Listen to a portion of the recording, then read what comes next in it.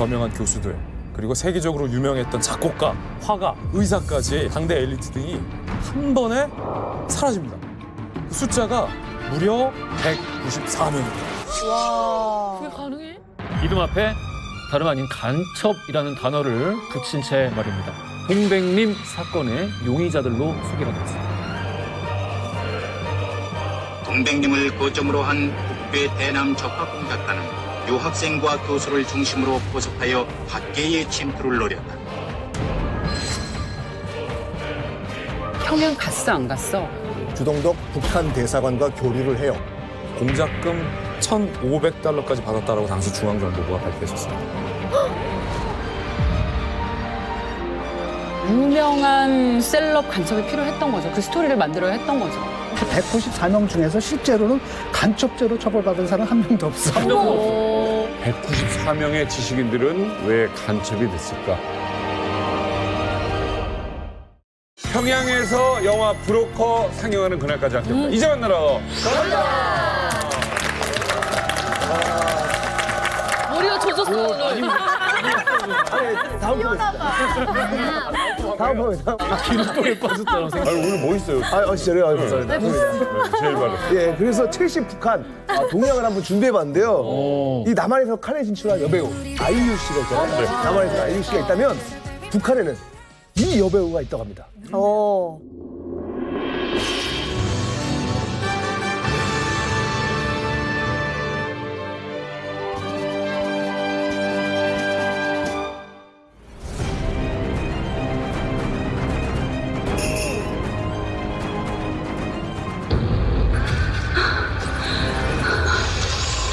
이로써 반가름되는 준엄한 계급 투쟁이 하루낮 하룻밤.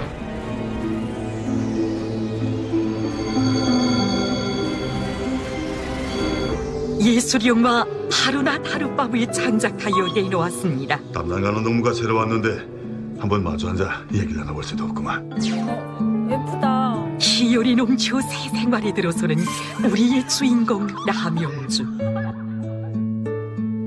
그러나 순진한 그의 눈동자에 비낀 것은 한이로운 생활만이 아니었습니다.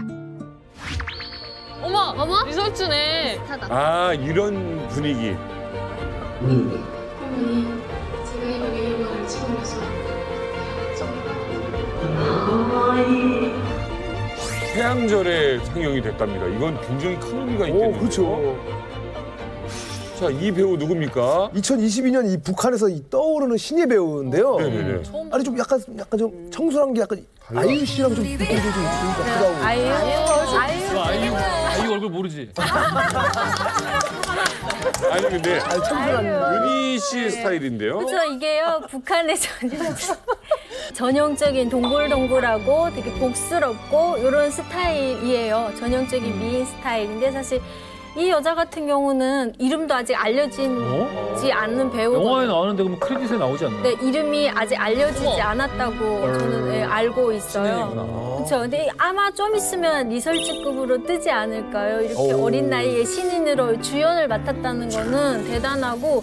근데 사실은 예쁜 여자들이 북한에 정말 많거든요. 그래요? 근데 지금 세대 교체를 하는 것 같아요. 맞아요. 왜요? 인정 안 하는 네. 왜 저희 보면 모르시겠어요? 그런 차원에서. 세대 교체를 하는 것 같아요. 근데 아마도 제가 생각하기에는 김정은이 좋아하는 스타일, 이설주랑 많이 닮았잖아요. 그런 스타일로 아마 세대 교체를 하고 있는 거 아닐까라는 생각을 해봐요. 그리고 꼭 극 중에서 가장 예쁘신 분들 나올 때 이렇게 햇살 비치거나 뭐 이렇게 돌아섰다가 머리 확 날리고 이거 제가 물에서 많이 하는 거거든요. 그래서 그게 돼요? 북한에서 저분을 엄청 밀어주려고 한다는 게 막 느껴져요. 네. 그리고 저는 북한에서 캐스팅을 엄청 신경 썼다는 게 네. 약간 여자 배우님들 너무 예쁘지만 북한 영화를 보면서 제 스타일의 남자분이라는 거 처음 봤어요. 남자가 있었어? 나왔어? 아까 여기 나왔어? 우리 기억나는데.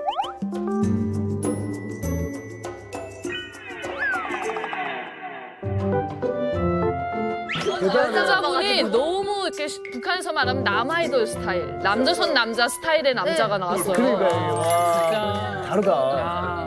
원래 북한 배우 남자 배우상은 맞아요. 살짝 뭔가 부리부리하고 맞아. 강동원 썬거풀 엄청 묵직하고. 근데 보면 되게 꽃미남이잖아요. 맞아요. 꽃미남이 나왔어. 남한 스타일이거든요.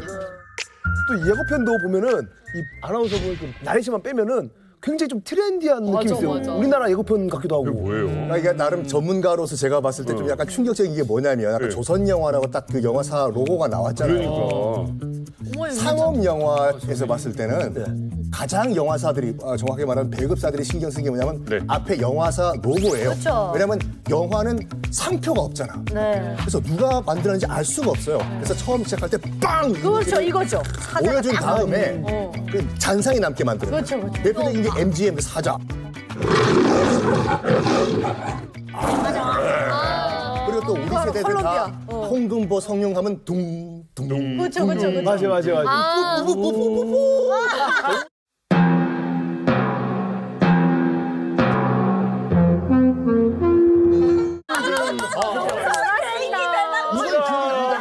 기억난다. 이거 따라하는 거야 지금.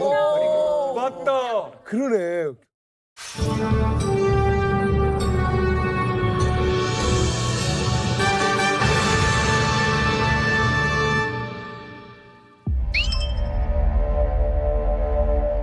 북한 영화에는 예고편이라는 게 없어요, 원래. 그렇지. 없어요. 그치. 근데 예고편이 있었고요. 시사회라는 것도 없습니다. 근데 시사회라는 게 있어요. 그리고 전국 동시 개봉? 북한에 계실 때 우리 북한 출신들 영화관에 가서 영화 보신 적 있으세요? 하면 글쎄요, 끌려간 적은 있어요. 이렇게 말씀하실 거예요. 그런데 이걸 동시 개봉한다?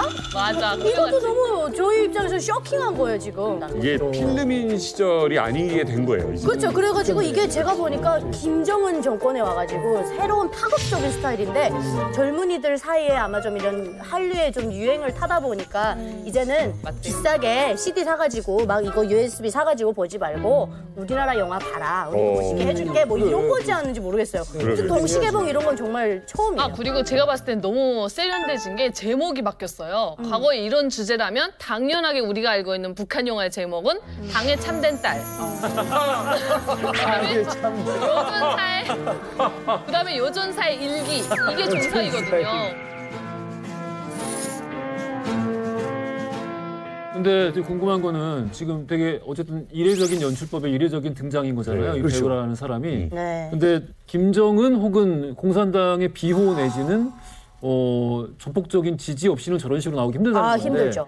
근데 지금 시점에 이런 식으로 등장을 한다는 게 지금 뭐 핵실험을 한 해 만에 하는 굉장히 시급한 상황인데 맞네. 이 상황에 이런 영화를 통해서 이런 식으로 데뷔를 하고 이런 식으로 내보여서 인기를 얻게 만든다? 무슨 의도가 있을까요? 제가 보니까 그냥 개인적으로 봤을 때 지금 북한의 젊은 세대들, Z세대라고 하는 이 세대들이 북한 영화를 안 봐요. 그래서 요즘에는 군 기피 형상으로 나타나요. 군대 안 가고 당증 이젠 돈으로 사는데 내가 뭐하러 군대 가. 당증을 돈으로 사? 그렇죠. 이제는 개인주의화 돼가요, 북한이. 그러다 보니까 젊은 세대들한테 뭐가 취약점으로 나타나냐면 권한의 행군 미공급 시기에 세뇌 교육이 제대로 이루어지지가 않았어요. 얘네들 풀도 들어가고 어디 가다 보니까 학교를 안 간 거예요. 그래서 우리 부모님 세대처럼 당을 위해 목숨을 바쳐라 그러면 총과 폭탄이 되겠습니다 하는 이런 게 없어진 거예요. 내가 왜 장군님 위해서 죽어요?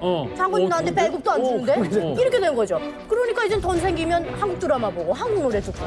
김정은 입장에서는 이게 김정은이 세뇌가 안 된 북한 주민들 이끌려면 머리 터져라. 그런 건가? 요즘 애들한테 야 IMF 때 좀 그 얘기 좀 그만해. 엄마 너 고난의 못해. 그만. 이런 거 아니야? 그런 거죠. 그러니까 요즘 애들은 이제 북한 애들도 그런 거 아니야? 야 이거 봤니? 그러면 야 범죄도시 2 벌써 봤어. 그렇죠. 오징어 게임을 다 봤어요. 오징어 게임을 다 본 애들인데 선예 실용아 그는 당에 참된 딸이었다 이런 거 보겠어요? 아버지. 그랬는데 뭔가 하루낮 하룻밤 하니까 우리 조선 영화에 하루낮 하룻밤이 있다고? 야 이거 완전 획기적이다 이렇게 된 거죠. 자 요즘에는 영화나 드라마를 통해서 또 혹은 유튜브 같은 이런 뭐 별도의 플랫폼 같은 거를 통해서 스타들이 만들어지고 있습니다. 이 스타라는 게 당대 어떤 시대 정신이나 시대의 뭐 아이콘이라고 이제 쉽게 불리잖아요. 그만큼 당대 시대의 사람들이 함께 호흡하는 큰 상징이라고 얘기를 할 수가 있을 것 같은데 예전에 그러니까 지금처럼 TV나 미디어나 이런 뭐 다른 종류의 미디어 플랫폼이 없던 시절에는 그럼 그때는 시대의 아이콘들이 어떤 식으로 생겼을지. 오 그러네. TV엔 전혀 TV에 한번 출연해 본 적이 없는 많은 사람들, 특히 이제 문학에 작가, 시인 이런 분들이 시대의 아이콘으로 많이 등장을 해서 많은 분들 어떤 정신적 지주 역할을 했던 그런 시기였고 그중에 또 한 분 대표적인 역할을 했던 분이 시인 천상병이에요. 사실 제가 고등학교 때 이 천상병 시인의 시를 한 번이라도 일기장에 안 써본 여고생이 없어요. 어머 정말요. 네, 그리고 그러니까 이제 교과서에 나오는 시인들 가운데서 거의 유일하게 우리가 찐으로 좋아했죠. 네, 그래서 그 시를 받아 적고 연애 편지에도 쓰고 싸이월드 대문에도 적고 뭐 우정 편지도 쓰고. 그래서 저도 천상병 시인을 진짜 좋아해가지고 인사동에 귀천 가보셨어요. 2000년 초까지만 해도 가면 줄을 길게 서가지고 들어가질 못했어요. 그러니까 여고생이자 여대생이 일부러 천상병 시인의 카페를 찾아갈 정도로 진짜 팬덤이 있었어요. 네, 진짜로 좋아했어요. 시인이 팬덤을 가지기가. 제가 유일하게 외우는 시 천상병의 귀천. 귀천. 귀천은 들어봤어요. 눈을 감고 오랜만에 한번 들어보세요. 알겠습니다. 어떤 부분이 여고생의 심금까지 울렸는지. 한번 들어야 돼요? 귀천 천상병 나 하늘로 돌아가리라. 새벽빛 와 닿으면 쓰러지는 이슬 더불어 손에 손을 잡고 나 하늘로 돌아가리라. 노을빛 함께 단 둘이서 기슭에서 놀다가 구름 손짓하면은 나 하늘로 돌아가리라. 아름다운 이 세상 소풍 끝나는 날 가서 아름다웠더라고 말하리라. 하늘나라로 간다는 거예요? 그렇죠. 이게 사실은 죽음을 염두에 두고 쓴 시인데 굉장히 슬픈 시인데 왜 그렇게 여고생들의 마음을 흔들었나. 이거 시험에도 되게 많이 나왔어요. 맞아요. 진짜. 이게 사실 학생들한테 가르치기에는 이게 굉장히 주제가 어둡잖아요. 주제가 많이 무겁고 어두운 얘기고 또 이 시에 대한 배경 설명을 하면은 사실 학생들한테 좀 버겁거든. 맞아요. 그런데도 거예요. 그렇게 중요하게 거론될 만큼 이 시는 참 그런 굉장히 어두운 주제를 너무 아름답게 표현하죠. 맞습니다. 그러니까 그야말로 그 시대상을 모르면 그냥 천진난만하고 맑고 순수한 그 자체인데 저희는 이걸 보면서 내가 아무리 시험 점수가 낮아도 대학에 떨어져도 남자친구한테 차여도 그래 아름다운 세상 소풍 끝낼 때 아름다웠다고 말할 수 있다. 뭔가 세상을 간주하고 네, 뭐 그런 뭐랄까 위로와 용기 이런 걸 진짜 얻었던 거 같아요.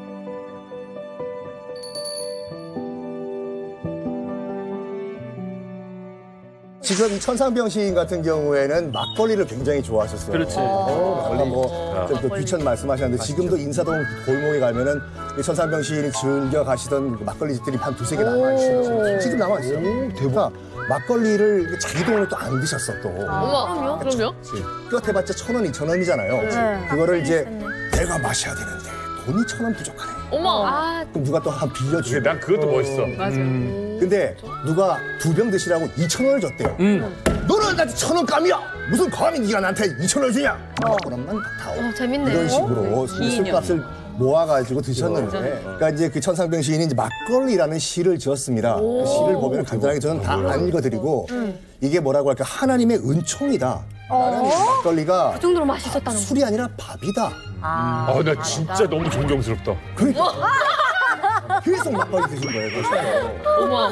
근데 그 천상병 시인이 이제 막걸리 드시고 또 밥 같은 경우에도 그 인사동 아직도 있는데 국밥집에 가셔가지고 국밥을 거의 후루룩 마시는 수준이셨거든요. 왜 그러냐면 천상병 시인이 이가 안 좋으세요. 이가 안 좋으셔가지고 제대로 씹을 수가 없어. 그래가지고 막걸리를 밥 대신에 드시고 밥도 이제 국밥으로 드시고 이제 말년에 이제 천상병 시인의 인터뷰를 들어보면은 제가 아까 이제 그 소리를 친 것처럼 고함을 많이 치셨어요. 술 취해서 그러신 게 아니라 이가 안 좋으시니까 발음이 안 좋으셔가지고 일부러 그걸 약간 숨기려고 막 고함도 치시고 저렇게 다 삶을 즐기시다가 소풍 마치시고 1994년에 생을 마감하시죠. 아이고. 네. 사진 한 장이 이렇게 얘기를 해줄 수가 있나? 그 사람이 그러니까 피사체가 자기 드러내는 거를 겁내지 않고 그대로 드러내 주시기만 하면은 저런 아름다운 사진이 나오는 거 같아요. 진짜 모든 걸 다 얘기하고 사진 있잖아. 한 장에 지금. 정말 대단하죠. 저런 얼굴을 했으니까 이런 귀천이라는 시도 나온 건데 이 시 이후에 정말 일약 스타덤에 올랐어요. 굉장히 유명해졌는데 갑자기 실종된 겁니다. 술을 너무 많이 마셔가지고 정신이 좀 이상해져서 길거리에서 이렇게 그냥 돌아다니다가 무연고자로 오인받아서 강제로 정신병원에 입원을 하게 됐어요. 옛날에 그런 일 많았어요. 네, 맞아요. 그래서 친구들이 찾아갔는데 얼굴은 여전히 천진난만한데 거동을 가둘 수 없을 정도로. 천상병 시인이 서울대 출신이고요. 미군 통역관까지 했던 당대로서 굉장한 엘리트입니다. 엘리트 중에 엘리트라고 할 수 있죠. 이런 사람이 왜 정신병원에 가 있었고 왜 밥을 못 먹고 밥을 못 씹어서 막걸리로 끼니를 배신하는 그런 처지가 되었는지 이야기를 한번 들어봐야 될 것 같습니다. 천상병 시인의 운명이 바뀐 것은 당시 독일에서 유학하던 어느 유학생의 하숙방에서 발견된 한 장의 편지였습니다. 그 편지를 제가 갖고 왔어요. 그러니까 이렇게 전화요?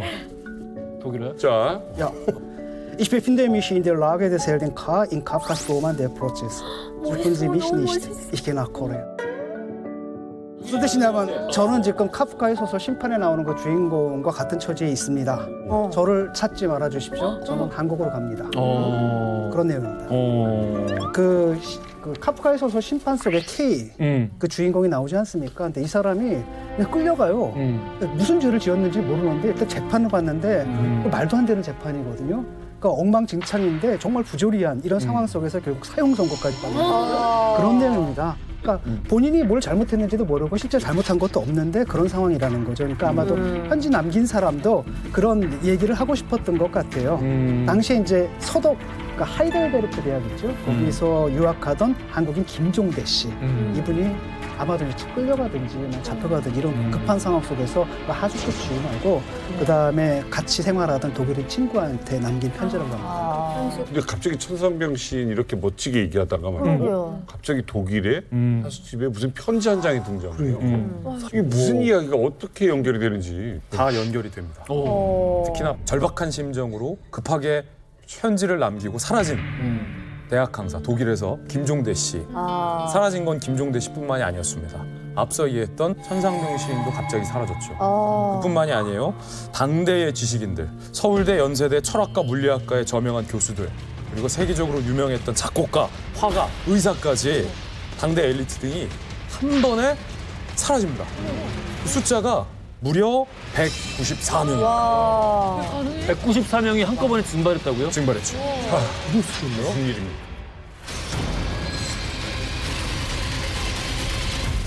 자, 이 엘리트들은 실종되지 한 달 후에 다른 곳이 아니라 신문의 헤드라인 속에서 발견이 됩니다. 이름 앞에 다름 아닌 간첩이라는 단어를 쓴 채 말입니다. 194명의 실종자들은 1967년 이른바 동백림 사건의 용의자들로 소개가 되었습니다. 대학 교수, 학생 등 주로 지성인들이 국제 간첩단을 조직하고 지하에서 암약해온 어마어마한 사건이 세간에 알려져 우리들에게 큰 충격을 주고 있습니다. 동백림을 거점으로 한 북괴 대남 적화공작단은 유학생과 교수를 중심으로 포섭하여 학계의 침투를 노렸다.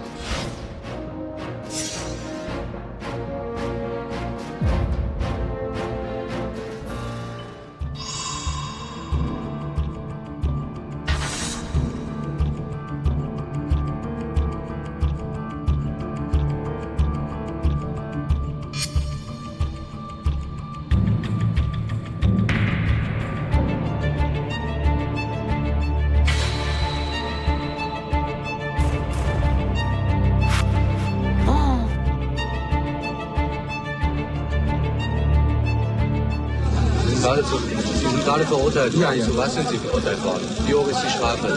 Viele wissen.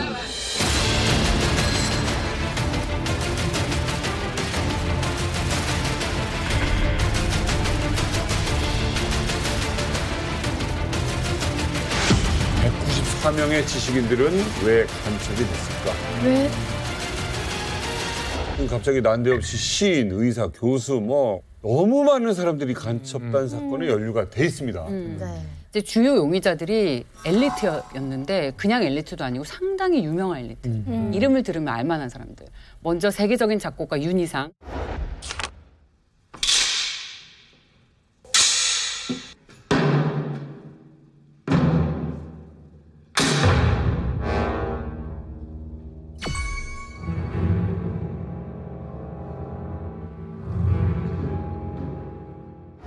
윤희상 국제 콩쿠르 있잖아요. 최근에 그 K 클래식을 세계에 알린 임윤찬 아시죠? 그분도 윤희상 국제 콩쿠르 출신입니다. 그럴 정도로 지금도 윤희상 작곡가의 명성은 지금까지도 다 그 대를 이어오고 있고 그런데다가 이제 프랑스에서 활동하고 있던 이응로 화백 존경받는 정말 이름을 들어도 다 알 법한 존경받는 사회적인 지도층들이 포함이 돼 있었는데 이 중에서 대부분이 또 서울대 교수들이었어요. 당시 서울대 학생들이 유럽으로 유학을 많이 가가지고 교수가 됐고 그래서 이 수백 명에 포함이 됐는데 이 교수, 예술인, 의사 그리고 공무원 등이 107명이 포함이 됐습니다. 이들이 국가보안법 혐의로 붙잡힌 건데 이 중에서 이제 저희가 윤희상도 얘기했고 이응로 선생님도 얘기를 했지만 또 이 중에서 독일의 파독한 간호사들이 독일 병원에 취직하도록 도와준 의학 박사 이수길 선생도 포함이 돼 있었고요. 그다음에 심지어 농림부 차관을 지냈던 주석균. 이렇게 정말 그냥 유명한 것도 아니고 유명한 엘리트들이 100명이 넘게 잡혔습니다. 뭐 이 사건에 얽혀있는 이응로 화백이 있지 않습니까? 뭐 우리나라도 훌륭한 화가들이 참 많지만 미술사에 그 이름이 들어갈 만큼 이제 위대한 분들이 있지 않습니까? 예를 들어서 백남준 선생님이라든지 이완 선생님 그 중에 한 분 이응로 선생님이에요.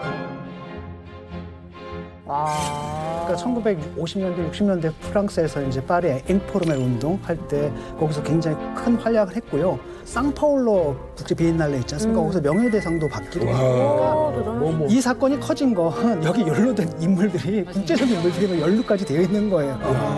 그래서 엄청나게 유명했던 분이죠. 그래서 그 후로도 이제 이분이 이제 한국적인 전통하고 당시 해외의 흐름 있지 않습니까? 프랑스에서는 앵포르멜이라 그러고 미국에서는 추상표현주의라 그러는데 이게 이제 결합된 형태의 아주 독특한 예술 세계로 그쪽에서도 굉장히 높이 평가받고 세계적으로 이름을 남겼던.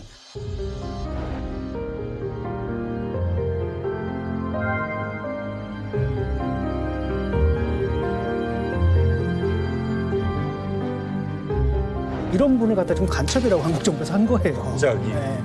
이야. 방금 이제 우리 뉴스릴도 봤는데 이 사건의 대표적인 피의자들로 꼽히는 게 천선병 시인도 있지만 뉴스에서 보셨듯이 윤희상 작곡가, 음악가 윤희상입니다. 세계 5대 현대음악 거장이라고 평가를 받기도 하고요. 사실 우리 음악을 서양의 악기들로 가지고 연주를 하기 시작해서 전 세계적인 인정과 함께 평가를 받았던 그런 분이기도 합니다.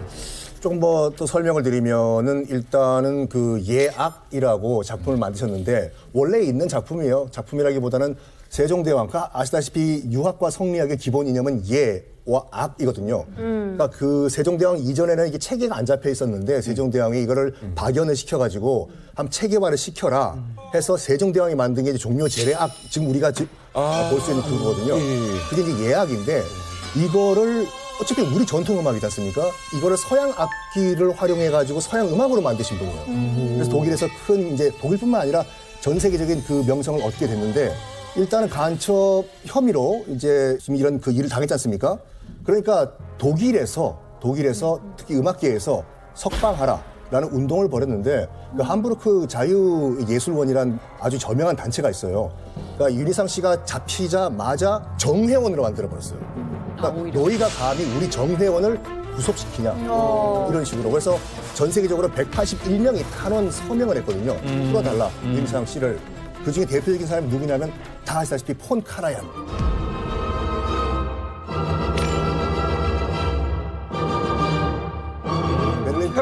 카라얀 그분. 주의자 카라얀. 그분이 윤희상 선생을 풀어달라라고 석방 탄원서에 사인까지 했어요.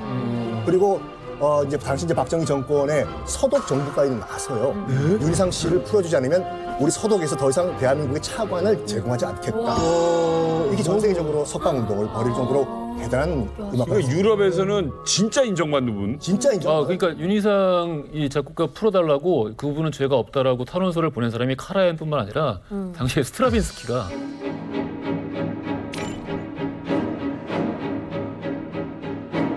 스트라빈스키? 그러니까 우리 지금 그냥 이름만 들어도 전설로 있는. 네.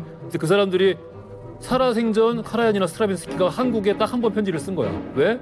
윤희상 풀어달라. 와.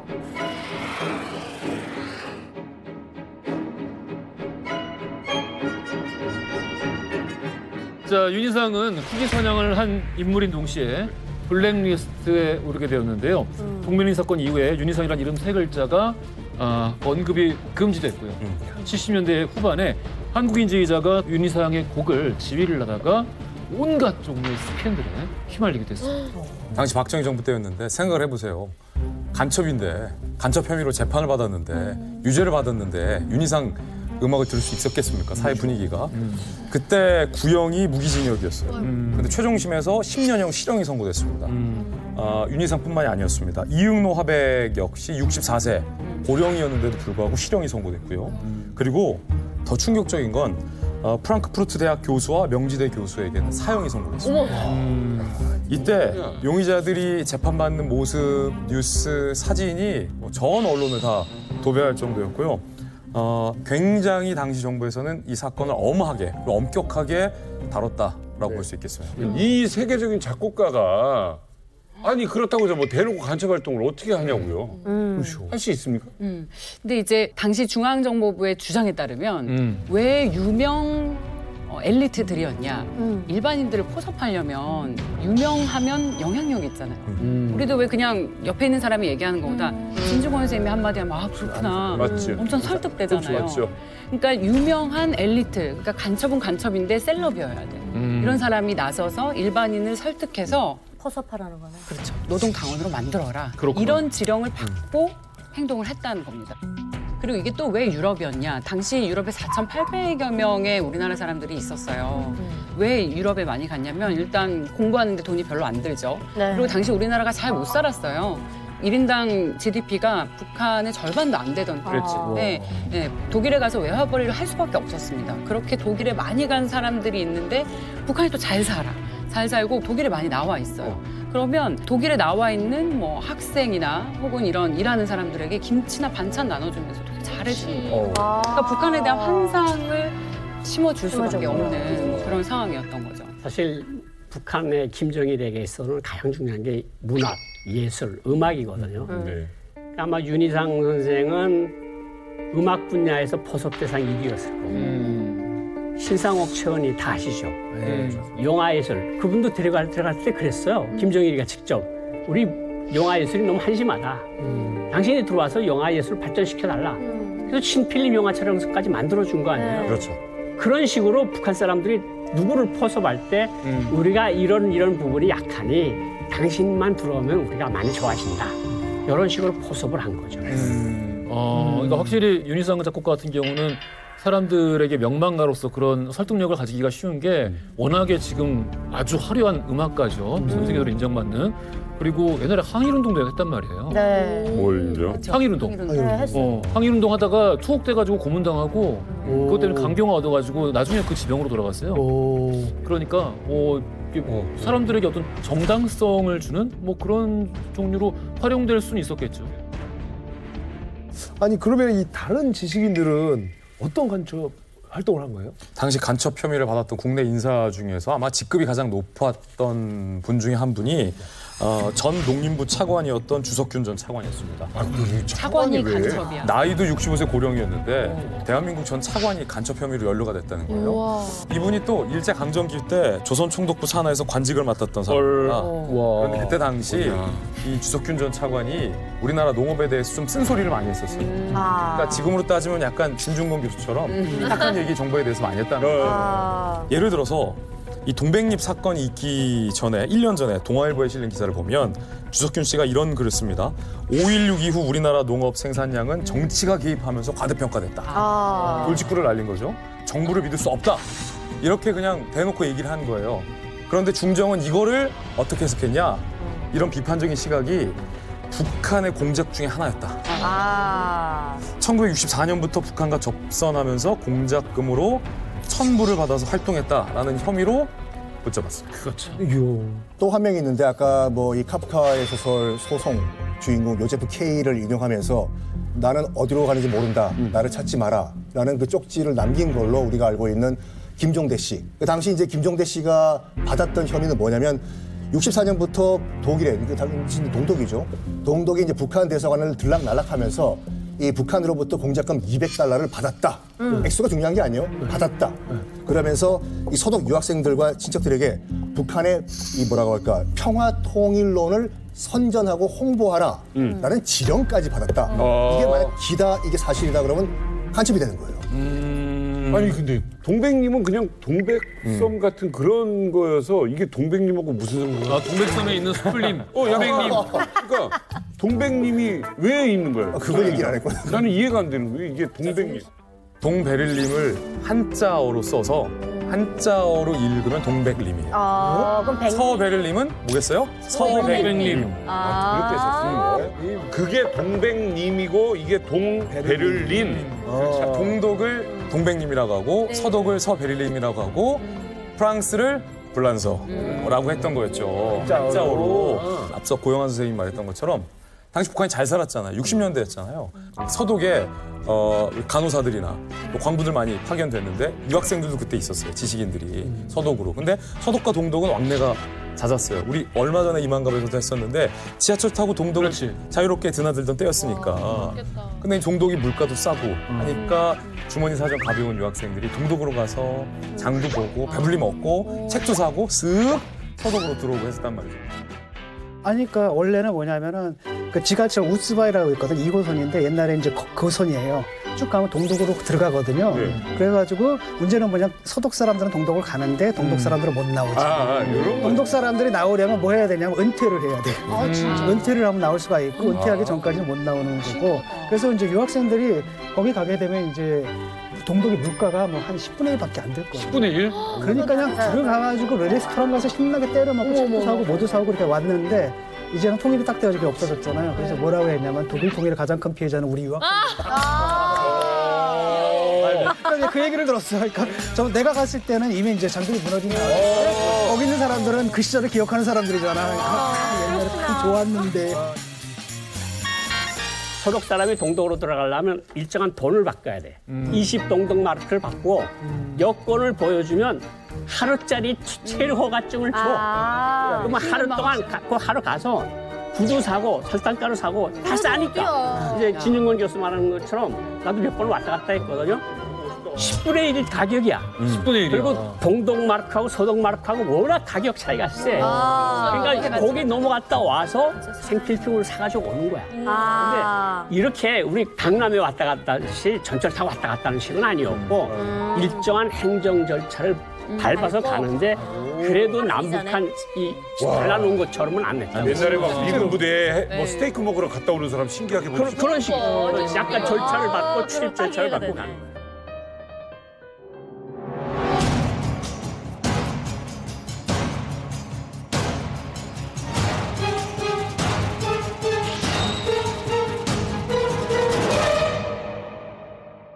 자, 이 모든 것은 한 사람의 밀고로부터 시작합니다. 명지대학교 철학 교수였던 이 인물이 밀고를 하는데 이 사람의 이름은 임석진 교수예요, 일단. 당시 이제 뭐 이 독일 철학계에서는 굉장히 유명한 사람이었어요. 프랑크푸르트 학파에서 유일하게 처음으로 한국인으로서 철학 박사학위를 받은 사람인데 1958년부터 독일에 유학을 합니다. 그러면서 주동독이죠. 주동독 북한 대사관과 교류를 해요. 그러면서 당시 이제 독일에 유학을 하고 있던 우리 국민들을 북한 대사관과 연결을 시켜줍니다. 그래서 만나봐라. 뭐 또 돈도 좀 필요하면 뭐 좀 받아봐라. 밥도 먹어라. 이런 식으로 하는데 그런데 갑자기 이 임석진 교수가 갑자기 박정희 대통령을 찾아가요. 내가 솔직히 말해가지고 지금 독일에 있는 이런 유학생들이 있는데 이 사람들을 다 북한 대사관과 내가 다리를 놔줬다. 그 명단을 다 넘겨버린 거예요. 왜요? 임석진 교수가. 근데 가만히 있는 사람들한테 가라고 자기가 해놓고 그렇죠. 그게 왜 그런 거예요? 그것 때문에 이 사단이 시작된 거예요. 왜 그런 거예요? 여기서 이제 임석진 리스트가 나왔어요. 수십 명의. 그러니까 북한 대사관을 출입한 적이 있는 한국인들에 대한 리스트가 쫙 나온 거죠. 근데 왜 임석진 교수가 갑자기 소위 스파이가 됐을까요? 임석진 리스트에 있는 한 사람이 갑자기 실종됐기 때문입니다. 1967년 5월 14일 지금 유럽에 나와 있는 조선일보 기자가 체포에 취재를 하러 갔는데 갑자기 실종된 거예요. 근데 그때 체코는 사회주의 국가잖아요. 그래서 여기서 억류됐다라고 이제 판단을 하고 당국이랑 만나기도 하고 서명 운동까지 벌이고 일이 굉장히 커졌어요. 근데 이때 임석진 교수가 사실 이 기자는 북한으로 갔을 것이다라고 생각을 하고 그때부터 두려워지기 시작한 거예요. 내가 이거를 자백하지 않으면 나 진짜 큰일 나겠다. 어디에서도 보호받지 못하겠다라고 해서 자신이 알고 있는 모든 줄을 동원해서 유경수 여사의 사촌에게 얘기를 합니다. 나 박정희 대통령 실제로 만나게 해줘. 그래서 독대를 해요. 이걸 얘기를 하는 거예요. 사실 독일에 있는 이런 유학생들이 북한 대사관을 출입하고 나에게 이런 명단이 있습니다. 쫙. 그래, 너가 이거 우리한테 얘기를 했으니까 너는 여기서 안전하도록 해줄게. 라고 해서 살아생전에 정말 교수 활동을 활발하게 하면서 잘 지냈어요. 그런데 사실 유학생들의 실상을 정부에게 알리지 않았다면 이런 동백님 사건이 일어났을까. 중앙정보부의 첩자가 아닌가라는 비난이 있지만 본인은 또 그렇게 생각하지 않더라고요. 근데 이제 북한이랑 내통을 하다 걸리면 죽이던 시절인데 위험 부담이 참 크잖아요. 돈을 뭐 억만금 준다는 것도 아니고 단지 뭐 학자금 조금, 뭐 밥 뭐 사주고 요 정도로 포섭이 되나요? 거의 북한 입장에서 보면 물반 고기 반입니다. 찔러보면 다 남조선 욕하거든. 박정희 독재 정권 막 욕하고. 너 잘 사냐? 뭐 밥도 못 먹었어. 그럼 밥 사줄게. 초가집 있었어요, 저 어릴 때. 그러니까 처음엔 와서 일반 식당에서 사주잖아요. 대사관에 데려가요. 어머. 대사관에 데려가서 밥 한 끼 사주고 약간의 돈도 줘. 그래, 그럼 따뜻하지. 그럼 너 집이 어디냐? 베를린 어디다? 그럼 그다음에 내가 갈게. 이런 식으로 단계적으로 들어가다가 이건 확실하다. 무섭다. 그 본부하고 통신이 있을 거 아니에요. 예를 들어 윤희상이다. 거물이잖아. 이런 사람들을 데려다가 우리 예술을 발전시켜보자. 치알 작전. 좀 무슨 신상옥 씨 뭐 이런 사람들 데려다가 우리 영화를 발전시켜보자. 그러는 지점이 바로 베를린입니다. 그리고 사람이 한국 대사관에 가. 너 왜 왔어? 시끄럽거든. 우리 외교관들 다 그렇다는 건 아니지만 그냥 수적수적 처리해서 넘기잖아요. 북한 대사관에 가면 공작 부서가 있었다. 사람이 오잖아요. 밥 먹었냐? 배고프지? 냉면 한 걸 먹으러 가자. 따뜻하잖아. NL 같아, NL. 그래서 포섭되는 거야. 용돈을 꺼내줘. 전형적인 NL의 방식이야. 한국 유학생들이나 한국 지식인들한테 가면 용돈을 20달러, 10달러 작아 보이지만 지금으로 말하면 200달러, 300달러로 주는 거야, 용돈을. 그래서 이거 다 먹어. 그러면 얼마나 좋은 마음이 생기겠어. 그렇지. 간단하 여기 독재 정권이고 막 이러고 싸우고 이러면서 있는데 북한 사람 만나면 너무 스마트해. 그건 너무 잘 사줘, 밥도. 돈도 많아. 그리고 이제 말한 것처럼 동서독 왔다 갔다 하는 게 거의 그냥 잠깐 한 30분 투자하면 왔다 갔다 할 수 있잖아요. 그리고 왔다 갔다 해서 뭐라 그러는 사람도 없고. 그 60년대 상황이 그렇게 지금처럼 뭐 한 번 갔다 오면 뭐 잔이째니 뭐니 이럴 때도 아니고. 그러니까 그냥 크게 양심의 가책이 없이 그냥 드나드는 거야. 그렇지. 심리적 저항 없이. 분위기가. 근데 너무 재밌는 게 고영한 선생님 쭉 얘기 듣다 보니까 그 젊었을 때 북한 외교관 고영한이 나타난 거야. 그래서 그때가 너무 그리워 보이는 것 같아. 내가 그때 좋았는데. 내가 그때 좋았는데. 내가 그때 평양냉면에서 사줬던 나무개. 내가 그때 조금만 더 있었으면 진중권이 잡아올 수 있었는데. 60년대 후반만 해도 일단은 북한이 남한에 비해서 체제 우위를 자랑하고 있었고 또 다른 한편으로는 이제 국제적으로도 그러겠어요. 맞아요. 그런데 미국이 뭔가 못된 짓을 다 하고 다닐 때잖아요. 라틴 아메리카의 군사 독재 정권들 다 지원하고 베트남에 침공하고 막 이런 식이었거든요. 그래서 사회주의 운동이 최고조에 달았을 때거든요. 그런 상황 속에서 지금은 우리가 이제 완전히 반공에 쩔어가지고 그런 시대지만은 당시 유학생들은 이렇게 남북이다라는 게 그렇게 거리감이 있지는 않거든요. 그냥 갔다 올 수도 있는 거 아니야?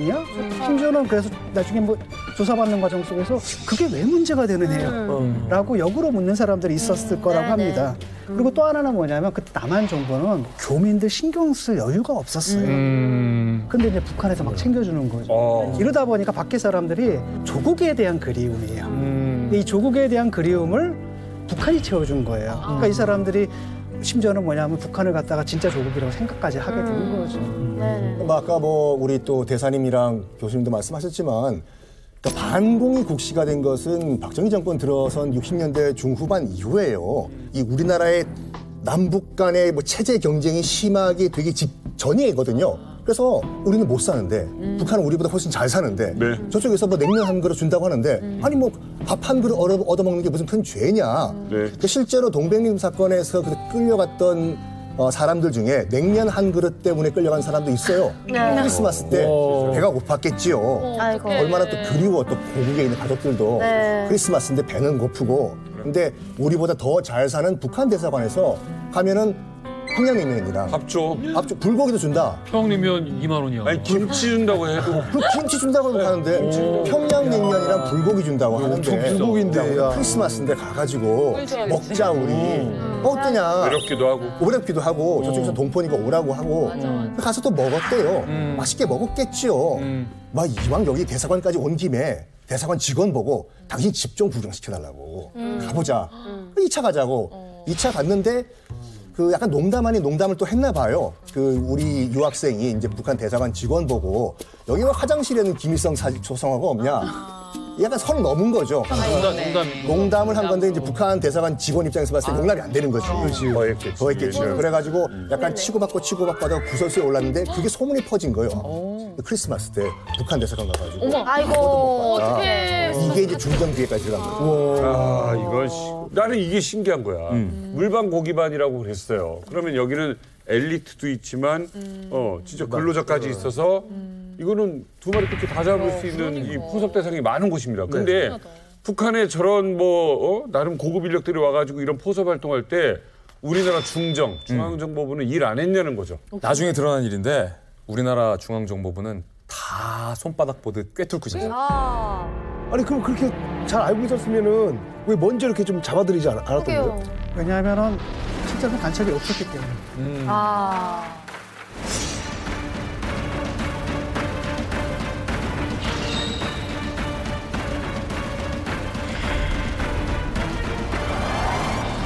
간첩이라고 하면은 북한에서 지령을 내려가지고 아주 어떤 특정한 행위를 해야 되거든요. 근데 그런 행위를 한 사람들이 하나도 없었던 거예요. 그냥 가가지고 만나고 뭐 밥 얻어먹고 용돈 좀 받고 뭐 등등등등 이런 사람들이 대부분이었고 실제로 북한에서 접촉해가지고 간첩 활동을 좀 하라고 그 지령을 내리고 난수표를 주는 경우도 있었어요.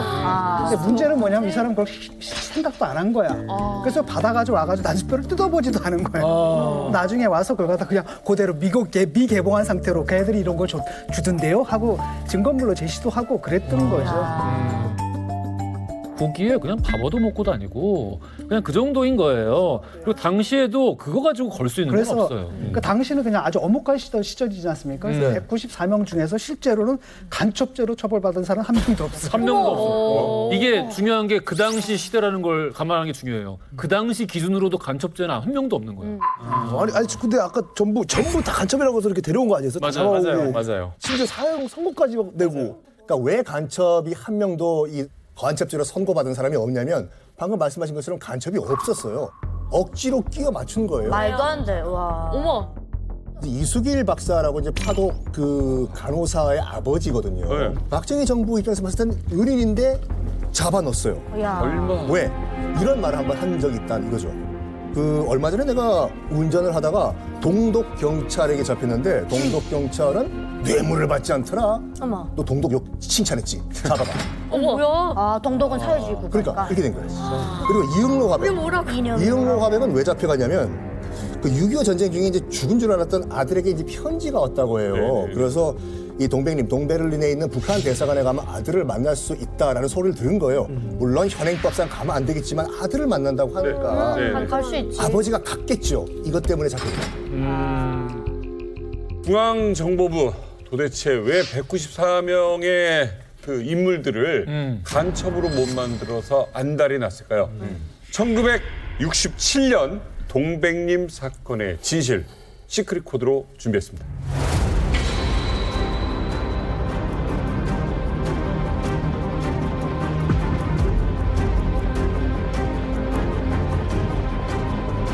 드디어 박정희 후보가 약 120만 표 차이로 압도적인 승리를 거두었습니다.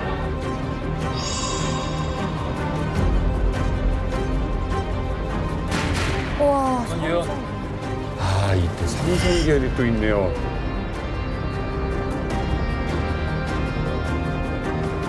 (6월 8일은) 제7대 국회의원을 뽑는 선거의 날입니다.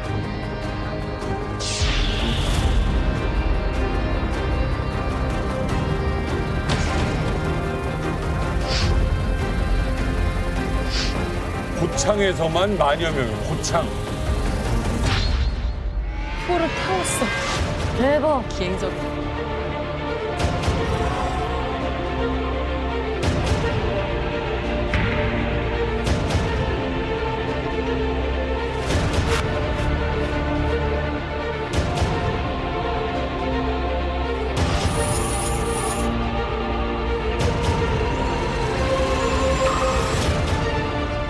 아이고, 이게 무슨 일입니까?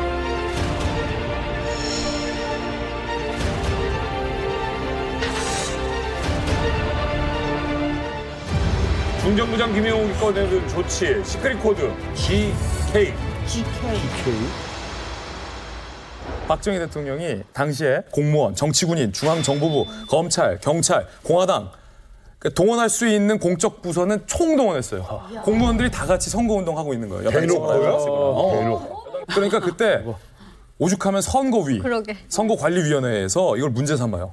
근데 최종적으로 선거법 위반이 아니었어요.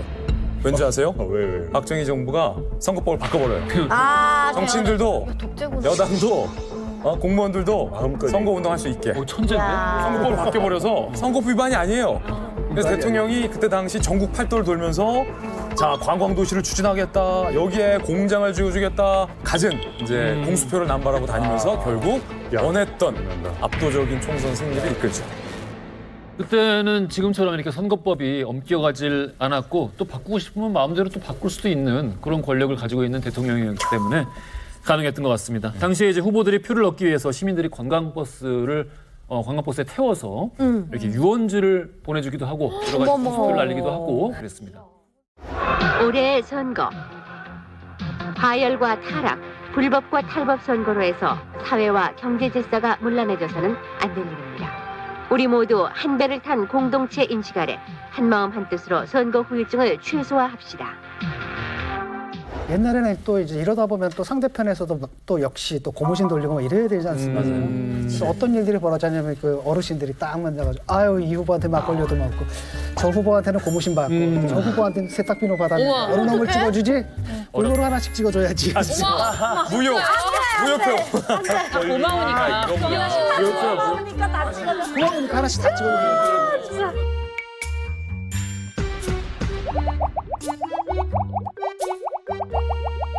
참 그 별의별 기발한 아이디어가 상당히 많았어요. 일명 이 피아노 표, 올빼미 표, 그다음에 유령표, 샌드위치 표.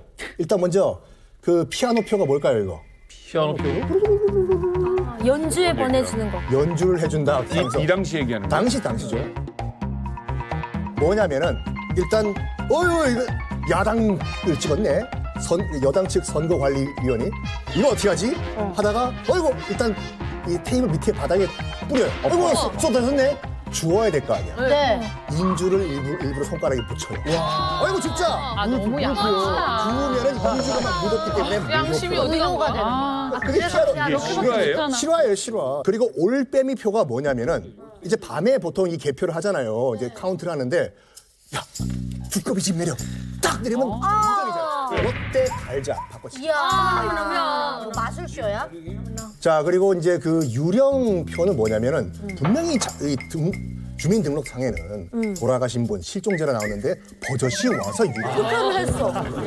돌아가신 분이 그러니까 와서 전산이 안 돼 있어서 그 당시에는 서류를 책을 보고 장부를 보고 해야 되는데 그렇지. 분명히 돌아가신 분인데도 맞추는 거지. 그치 찍. 어머, 유령표네. 그리고 샌드위치 표가 뭐냐면 샌드위치는 뭐냐면 부끄러워. 내가 여당 선거관리위원회요. 딱 보니까 이게 야당 표를 이만큼 누가 찍었네. 야, 여당표 2장만 갖고 와. 해가지고 앞뒤로 딱 붙여버리는 거야. 야, 그럼 상처를 당. 그러면 이 전체가 다 어려져. 이게 다 여당표. 어머, 샌드위치네 진짜. 그리고 또 뭐가 있었냐면 이제 여당 측과 야당 측에서 선거관리위원회 앞에 나가 있을 거 아니에요. 전보를 보내요. 그 야당 선거관리위원에게 뚜뚜뚜뚜뚜 받아보면 아버지 돌아가셨다. 빨리 이거 가야 되잖아. 개표 과정을 보고 있어야 되는데 아버지가 돌아갔다는 전보가 잠실 집에 가야 되는 거 아니야? 그럼 야당 그 선거관리위원은 집에 가야 되는 거예요. 여기는 여당 관리위원밖에 안 남는 거예요. 바꿔치기지. 이게 다 6.8 선거에서 실제로 있었던 일이라니까요. 정말 오픈 현실이었어요, 이게요. 실제로 있었다. 실제로. 근데 우리가 생각을 해보면은 대통령이 2번을 했는데 한 번 더 하고 싶어서 헌법을 고치고 그리고 또 한 번 아예 그냥 이제는 계속 선거 안 하고 계속 대통령 하고 싶어서 유신을 했잖아요. 그런 대통령이 있는 세상에서 가능할 법한 선거 방법이네요. 러시아가 지금 딱 그 상황이거든요. 계속 푸틴이 장기 집권해가지고 딱 그 투표함을 딱 열어봤더니 투표율이 얼마인 줄 알아요? 무려 130%예요. 기대된다. 130%. 하늘이 존재했어. 30%의 숨겨진 국민이 있다는 거. 그거는 하늘이 지지하는 거야. 그래서 러시아에서는 100점 맞아오면 집에서 혼나. 너 왜 130점 안 맞아? 그렇지. 야, 아무리 독재를 하는 북한에서도 100%는 안 나와요. 99%인데. 코미디로도 이런 거 하면은 에이라고 할 수 있는 얘기를 지금 만들었단 말이에요. 근데 그래요. 김진 기자. 당시에 반발이 있었겠죠, 당연히. 이걸 그냥 둬? 우리 당시에도 언론도 대단해요. 다 썼어요, 지금. 언론도 다 썼고 그 서슬퍼런 박정희 정권이었잖아요. 언론들이 일단 다 썼어요. 그거 언론이 쓸 수 있었다는 건 그때 우리 시민사회에서 이거를 용납하지 않았다는 겁니다. 전국적으로 다 들고 일어났어요. 학생뿐만 아니라 시민들, 일반인들까지 다 들고 일어났습니다. 학생들로부터 시작된 시위가 전국적으로 확대가 됐고 학교까지 휴학했어요. 왜? 시위 못하게 하려고. 학교를 강제로 휴교를 시킨 거예요. 그런데 뭐 학교 휴교한다고 시위 안 하겠습니까? 우리 민족이 어떤 민족입니까? 한번 아니다 이분 들고 일어나잖아요.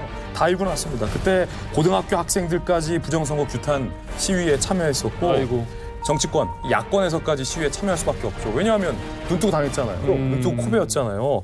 정치권, 학계, 그다음에 우리 학생, 어린 학생들까지 다 반정부 시위에 참여했고 그렇기 때문에 중정부장 입장에서는 박정희한테 쪼임을 당하는 거예요. 야, 빨리 국면을 전환해. 민심을 다른 데로 돌려. 중정부장 입장에서 고민하죠. 뭐가 좋을까, 뭐가 좋을까, 뭐가 좋을까.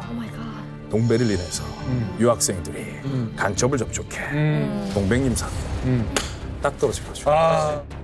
정부는 이미 알고 있었고 이게 전 정말로 흥미로운 점이 뭐냐면 앞서서 우리가 이 부정선거까지 국내에서 일어난 부정선거까지 그때 60년대 언론들이 그거 봐요. 그러면 안 된다라고 얘기해요. 그런데 그 뒤에 동백님 간첩 조작 사건이 일어나잖아요. 근데 그때 당시 서슬퍼렇게 정부를 비판했던 언론들조차 취재가 밖에 안 되는 거예요. 외부가. 그러니까 그때 당시 다 동베를린 간첩단 적발로 뉴스들이 나가요. 그러니까 보고받은 대로. 보도가 다 그렇게 나갔어요. 원했던 대로 갔네요.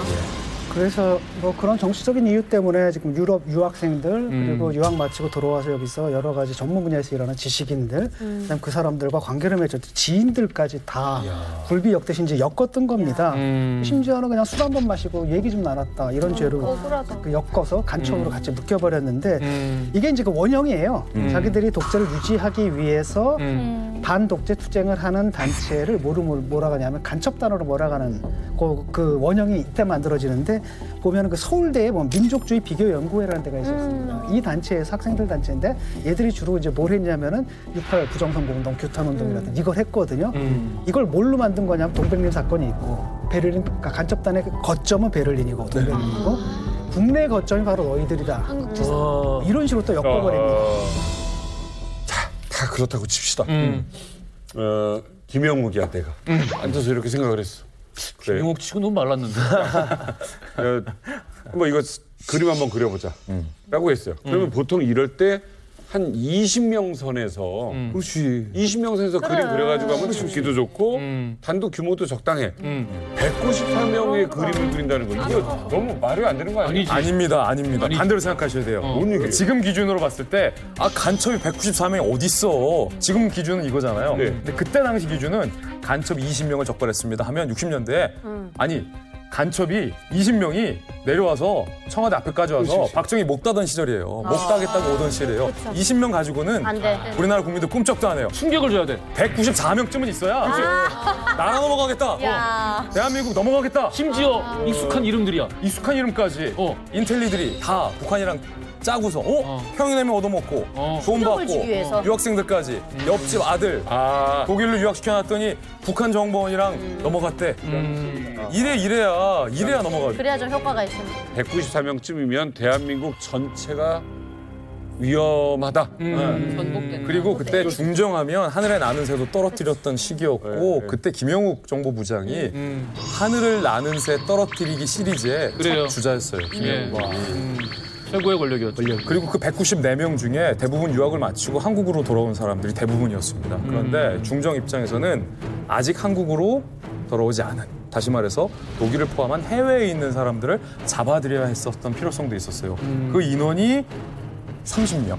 즉 용의자 중 30명 가까이는 아직 유럽, 대부분이 독일에 있었는데 유럽에서 유학 중이었던 겁니다. 그래서 이 사람들을 잡기 위해 우리 정부가 비밀 작전까지 추진합니다. 그 작전명이 바로 오늘 이만갑의 시크릿 코드인데 시크릿 코드는 바로 GK입니다. GK는 무슨 뜻일까요? GK? GK. 쿠키? 쿠키는 C.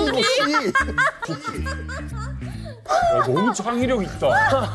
나 여기에 모르게. 알겠어. 각하. 그럴싸해. 와, 어떻게 이런 생각을 해? 각하 아니야? TK가 있다면 GK가 있다. 뭐라고? 대구 경북? 너무 보수적이야. 너무 보수적이야.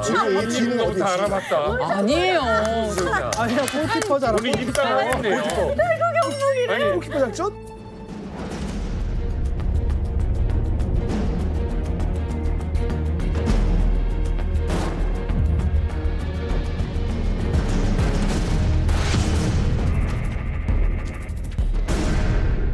자, 정답은 아무 뜻도 없어요. 대박이다. 그냥 그렇게 공작 계획을 이름을 붙인 거예요. 자, 제가 이 탑 시크릿 오랜만에 보네. 오랜만에 본다 진짜. 뭐야? 당시 우리 외교부 장관 명의로 해외 공관, 즉 이 독일에 보낸 공문입니다. 비밀 공문이에요. 파견관들에 의하여 수행되고 있는 GK 공작에 적극 협조하시기 바랍니다. 장관 명의로 GK 공작이라는 이름이 쓰였죠. 그래요. 뭐였냐면 동백릭 사건이 발표되기 한 달 전에 우리 외교부 장관이었던 당시 최규하 장관이 유럽 주재 한국 대사관에게 뿌린 비밀 전문이에요. 근데 심지어 여기에 보면 발신인은 장관 명의로 돼 있고 파견관들에 의해 수행되고 있는 GK 공작에 협조하기 바람이라고 돼 있잖아요. 그런데 여기서의 파견관이 누구냐면 바로 중앙정보부에서 직파한 중정 요원들입니다. 중정 요원들이 해외 유학 중인 동백립 사건 용의자들을 잡아들이는 작전을 GK 작전으로 표현했던 거죠. 그런데 여기에 또 하나의 별첨 당부사항이 있습니다.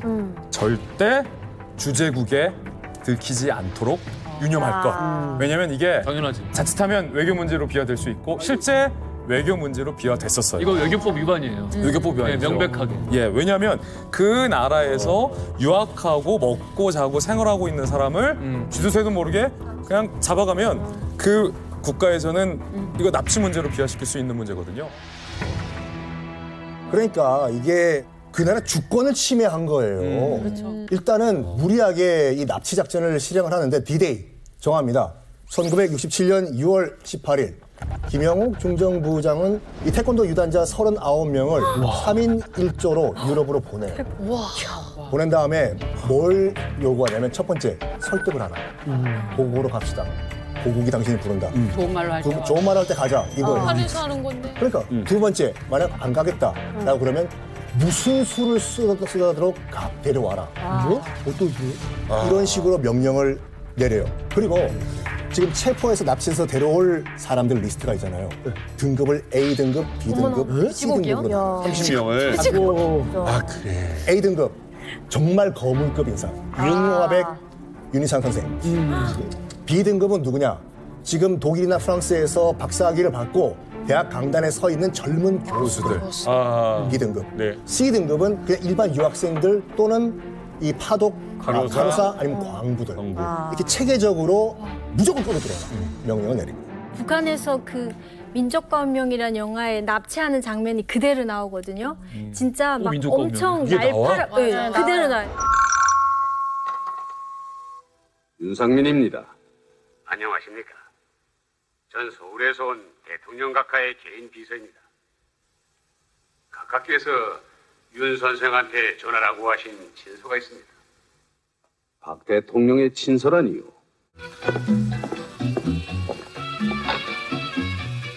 자.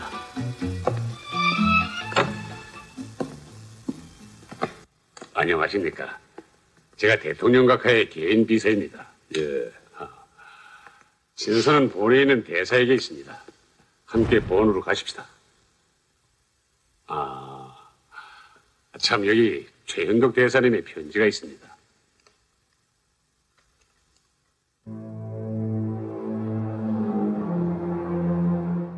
왜 등급을 나눴냐면 사람마다 포섭 작전이 다 달랐어요. 예를 들면 썬킨 교수님 포섭하려고 하는데 맥주 안 마시는데 내가 맥주 사줄 테니까 어디 갈래? 이러면 안 되잖아요.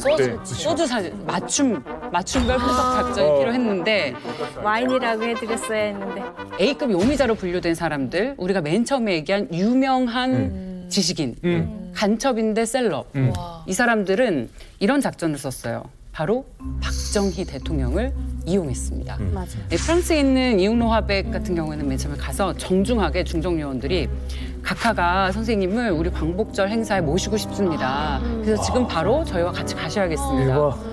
그래 각하가 그렇게 얘기를 하면 가야지. 그런데 내가 여권이 없어. 여권 저희가 다 준비됐습니다. 지금 바로 가시면 됩니다. 아니 이렇게 갑자기 간다고? 이유는 광복절 행사에 누구는 초대하고 누구는 초대하지 않는 게 서운할까 봐 이렇게 비밀리에 추진을 하는 겁니다. 라고 해서 비행기를 태워서 같이 가요. 그래서 김포공항에 도착을 했는데 마침 화백의 손녀가 나와서 할아버지를 보려고 마중에 나온 거예요. 네. 그래서 가서 인사를 좀 하고 오겠다. 지금 바로 호텔로 가야 된다.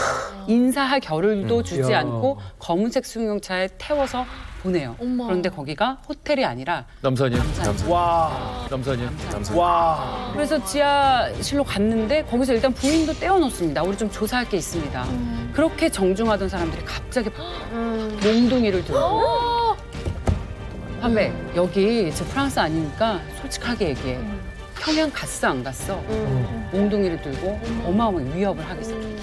근데 이제 이제 A급 리스트는 그렇지만 이제 B급 같은 경우에는 가 독일이나 프랑스에서 박사학위를 딴 젊은 교수들이라고 말씀했지 않습니까? 네. 그 사람들한테는 박정희 대통령을 팔 수가 없는 상황이죠. 지식인들. 뭘 이용했냐면 명예욕을 이용했어요. 뭐 그때도 마찬가지고 지금도 마찬가지지만 교수 자리 주겠어. 와, 잘해주겠다고? 박사학위를 받은 젊은 이 교수들.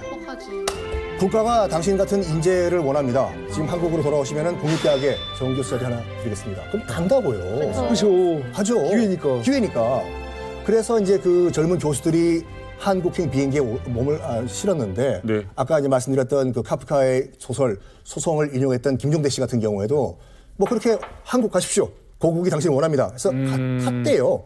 뭔가 처음부터 이상했대. 여권도 다 준비돼 있고 분위기도 이상하고. 그렇죠. 그래가지고 당시는 독일에서 한국으로 들어오는 직항이 없었어요. 그래서 독일 출발해서 미국 알래스카 앵커리지를 찍고 도쿄 찍고 거기서 국적기 갈아타고 서울 김포공항으로 들어오는 시스템이거든요. 알래스카로 날아가는 그 비행기 안에서 김종대 씨가 뭔가 잘못 돌아가고 있구나 느꼈어요. 그래서 알래스카 앵커리지 공항에 도착한 다음에 옆에 중정 요원인지 알겠죠 이제요. 얘기를 한 거죠. 한국에 있는 서울에 있는 지인들한테 편지 좀 쓰자. 당연히 중정 요원은 안 된다고 했겠죠. 여기서 머리를 잘 쓴 거예요.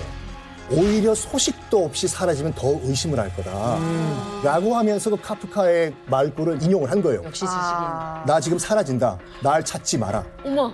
이게 중의적인 의미였어요. 날 찾아라. 그리고 그래요. C급 용의자였던 파독 광부, 간호사들 그리고 일반 유학생들이 있었거든요. 누구였을까? 그런 사람들 그냥 다이렉트로 가서 협박을 하는 거예요. 너희들 대사관으로 와. 안 가면 너희들 고국에 있는 가족들 갈 거야. 이거 진짜 양아치 전략. 너 안 가면 니네 집안 전체가 빨갱이가 될 거야. 만 해도 그렇죠. 이거 뭐 아까 말씀드렸다시피 외교법 위반이고요.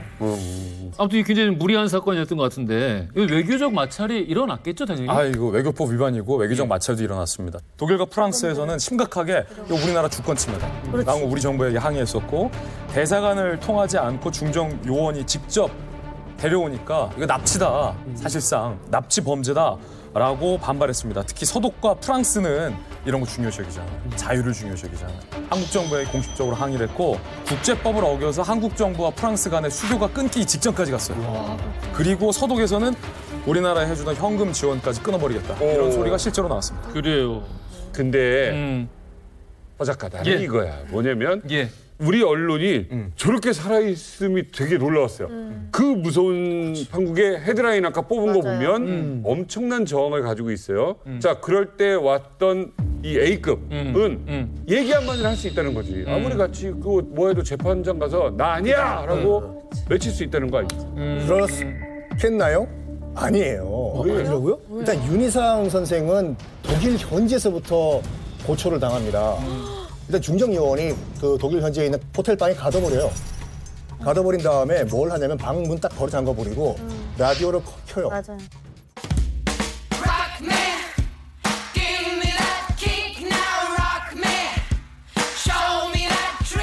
그러니까 윤희상 선생님이 이제 음악가시다 보니까 귀가 굉장히 민감하거든요. 너무 시끄럽다고 약간 그 볼륨 좀 줄여달라. 그랬더니 더 올려요.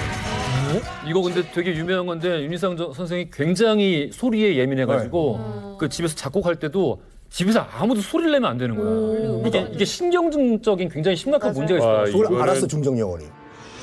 난 대사를 만나 항의하겠소. 이런 인권 침해 행위가 묵살될 줄 아는가?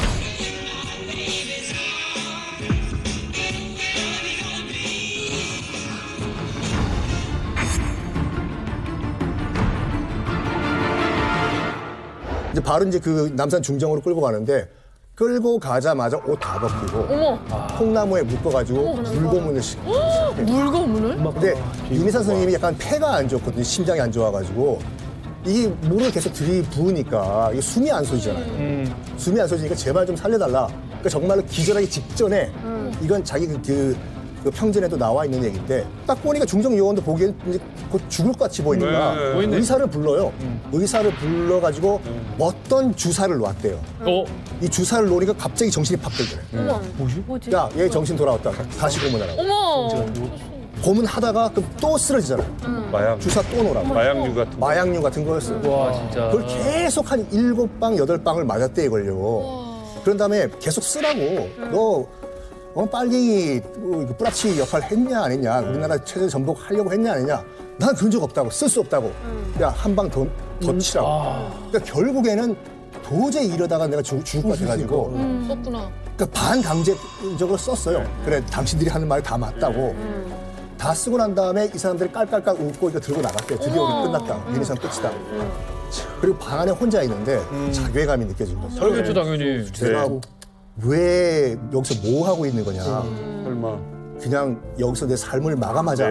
딱 보니까 옆에 요즘은 어쩌면 유리로 된 재터리가 있었거든요. 그걸 들고 자기 뒷머리를 치기 시작한 거예요. 피가 철철철 나죠. 필기구는 없어요. 필기구는 없어요. 자기 피를 찍어가지고 벽에다가 혈서를 쓴 거예요. 아이들아, 아빠는 북한 스파이가 아니다. 웃어.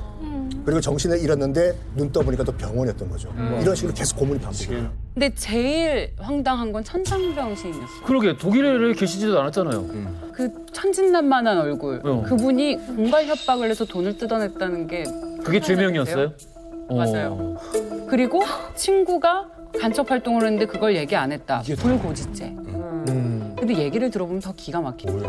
앞서 저희가 잠깐 얘기도 했지만 천상병 시인은 타고난 시인이자 기인이라서 평소에 기상천외한 행동을 한 것들도 친구들이 다 받아줬어요. 그러면 막걸리를 마시는데 친구들한테 가서 야, 나 1,000원만 줘. 그러면 김진 기자가 저를 공갈 협박죄로 신고하지 않잖아요. 친구들이 다 아 그래 야 그 공간을 봐. 쟤 또 수금한다 이러면서 그래 때문에. 마셔. 그런데 그렇게 했던 친구들 중에 독일에서 공부를 한 강빈구라는 피고인이 있는데 독일에서 공부하면서 동독도 자주 왔다 갔다 했고 너무 친한 친구니까 이런 얘기를 서스름없이 했을 거 아니에요. 알고 있는데도 얘기하지 않았다. 불고지죄. 그리고 그 친구가 술을 사줬다. 결국 공작비를 받은 거죠. 너무하는 거 아닙니까 이거 진짜? 말이 돼요? 그 뭐든 다 그냥 갖다 껴갖다 다 갖다 붙여요. 그것 때문에 남산에 가서 끌려가서 그 모진 전기 고문을 받아내야만 했습니다. 이게 근데 이 정도 죄명으로 왜 전기 고문까지 해야 되는 거지? 그래서 앞서 말씀드렸던 것처럼 유명한 셀럽 간첩이 필요했던 거죠. 그 스토리를 만들어야 했던 거죠. 이가 전부 사갔고요. 이 후유증으로 나중에 아이를 낳지 못했는데 천상면 시인이 부인에게 직접 이런 얘기를 했다고 해요. 내가 전기 고문을 한 번만 덜 당했어도 아이를 낳을 수 있었을 텐데. 우리 진짜 아이 진짜 좋아하는데 시를 보면 그런 아이 얘기도 많이 나오고 수필집에도 나오거든요. 그런 천상병 시인이지만 우리 괜찮다 다 괜찮다라는 말 약간 관용구처럼 쓰잖아요. 그게 천상병 시인이 쓴 수필의 제목이기도 합니다. 전기 고문으로 인한 정신장애. 그러니까 사람이 원래 청산병 시인은 순수했지만 우리가 알잖아요. 사람이 순수한 거랑 고문으로 인해서 후유증으로 정신장애가 생긴 건 다른 얘기잖아요. 결국 천상병 시인이 정신병원까지 이제 입원을 하게 됐습니다. 그런데 중정에 끌려가니까 친구들이 아까 그 막걸리 나눠 먹었던 친구들이에요. 1,000원씩 주면서 천상병 시인 연락이 두절되니까 죽은 줄 알고 시 60편을 모아서 유고작을 출판을 합니다. 유고 시집을. 그게 바로 시집 새, 그 유명한 시집 새를 출간한 거예요.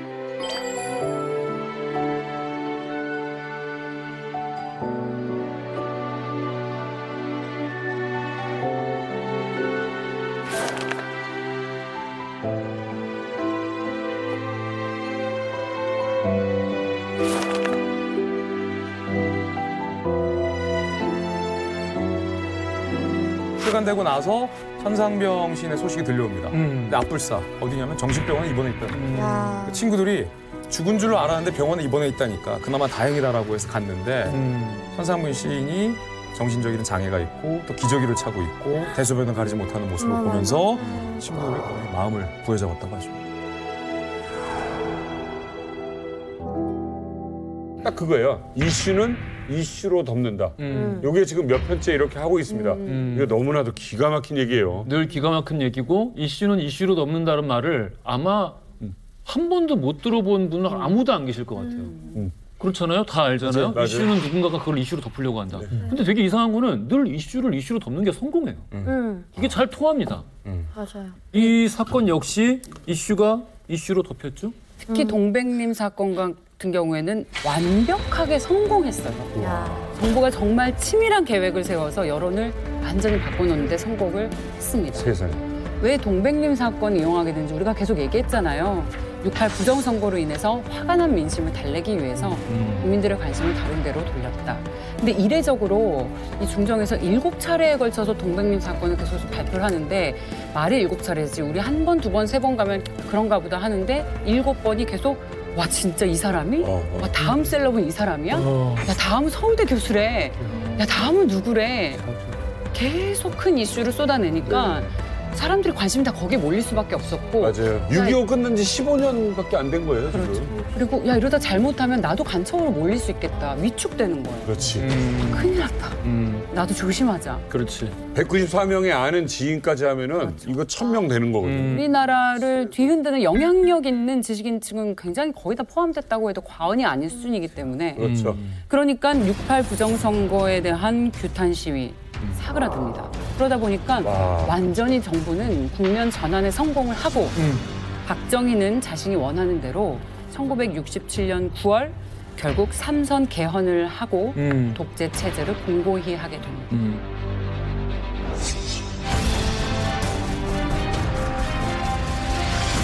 임기 도중에 이러한 결심을 하지 않으면 안 될 나의 심경과 입장을 여러분들은 10분 이해해 주실 것으로 믿습니다.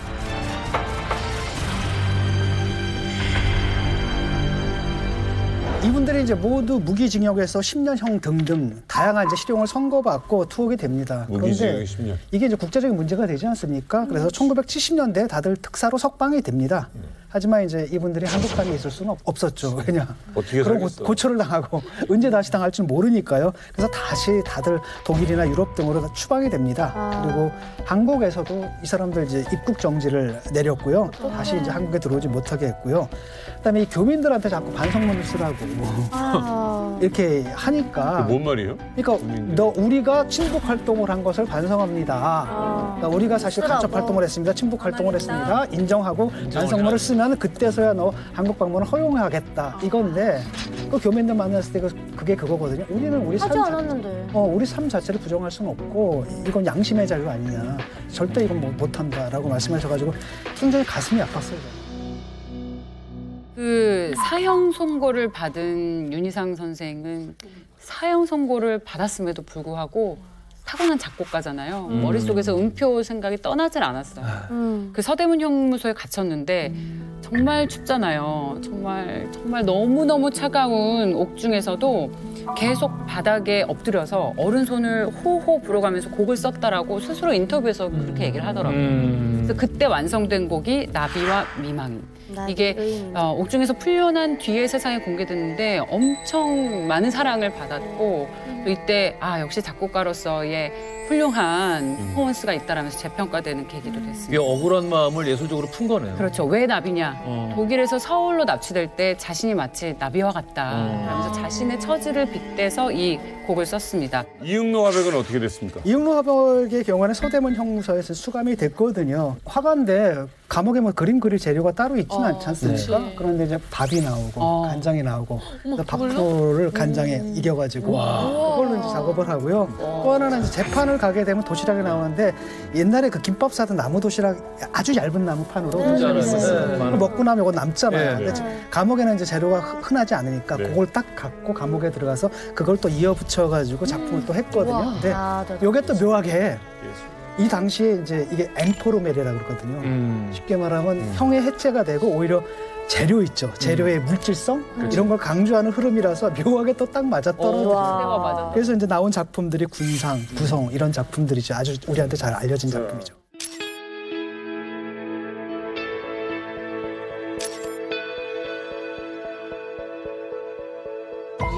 확실히 예술인들은 달라요. 예술가예요. 천상명 시인 같은 경우도 모진 고초를 당하고 풀려나와서도 사실 페인처럼 살았잖아요. 정신병원 입원하고. 얼마나 당했겠어요. 아니 그러니까 그때 고문받았던 그날의 아픔을 시 한 편으로 쓰는데 제가 좀 읽어드릴게요. 제목 그날은 천상병. 이젠 몇 년이었는가 아이론 및 와이셔츠 같이 당한 그날은 이젠 몇 년이었는가 무서운 집 뒷 창가에 여름 곤충 한 마리. 땀 흘리는 나에게 악수를 청한 그날은 네 살과 뼈는 알고 있다. 진실과 고통 그 어느 쪽이 강자인가를. 내 마음 하늘 한편가에서 새는 소스라치게 날개 편다. 중정에 끌려가서 억울하게 고초당할 때의 어떤 심경을 자신의 심경을 이제 시에 녹여낸 건데 언제 끝날지 모르는 거예요. 이 고문이. 나는 얼마나 잘못한 게 없는 걸 알면서도 내가 풀려나지 못하는 새의 심정처럼 그렇게 학대받던 그날의 심경을 이렇게 시 한 편으로 그날은이라는 시 한 편으로 표현한 거죠. 그래요.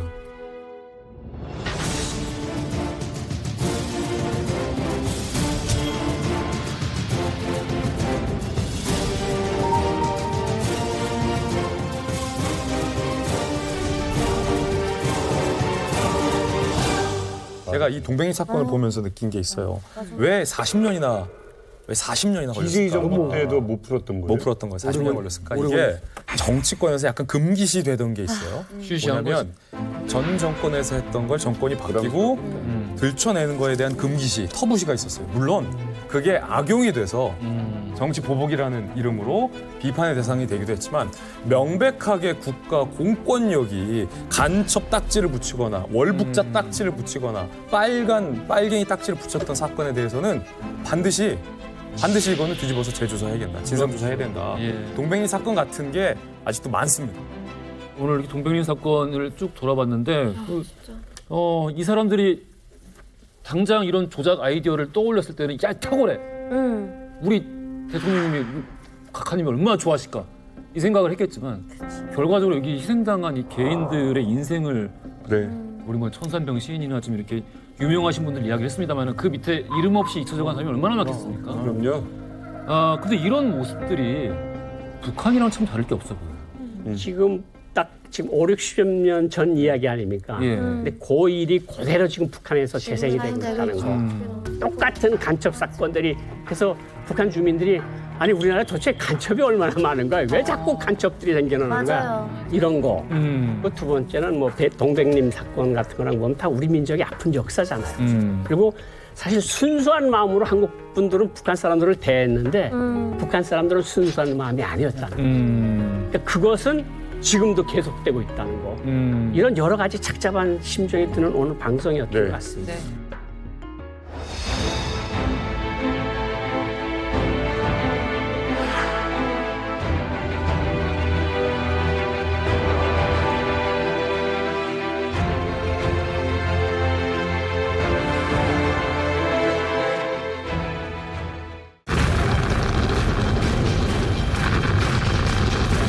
폭발물은 북한군 목함 지뢰가 확실합니다.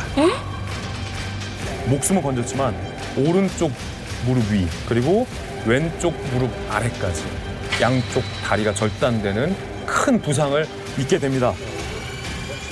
7년이 지난 지금 어떻게 살고 계실까요? 저희 스튜디오에서 그분을 모셨습니다.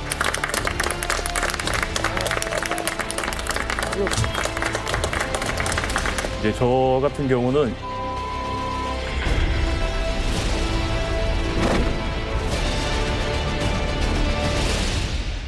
채널 A